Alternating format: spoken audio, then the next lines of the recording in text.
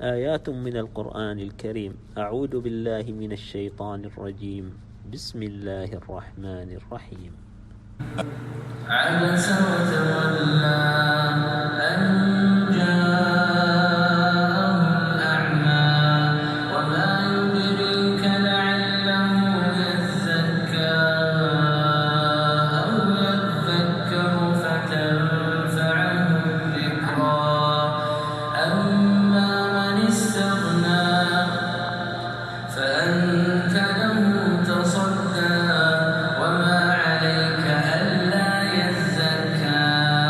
وأما من جاءك يسعى وهو يخشى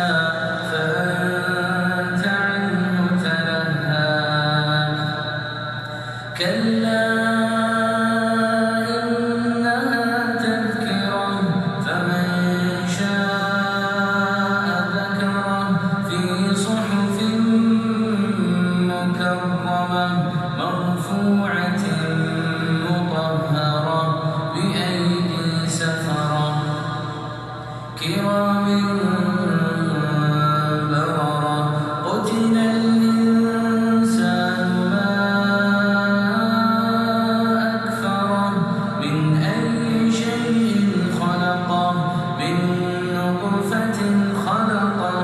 فقدره ثم السبيل يسره ثم أماته فأقبره ثم إذا شاء أنشره كلا لما يقض ما أمره فلينظر الإنسان إلى طعامه أنا صببنا الماء صبا ثم شققنا الأرض شقا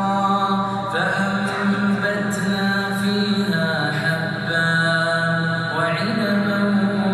وقبا وزيتونا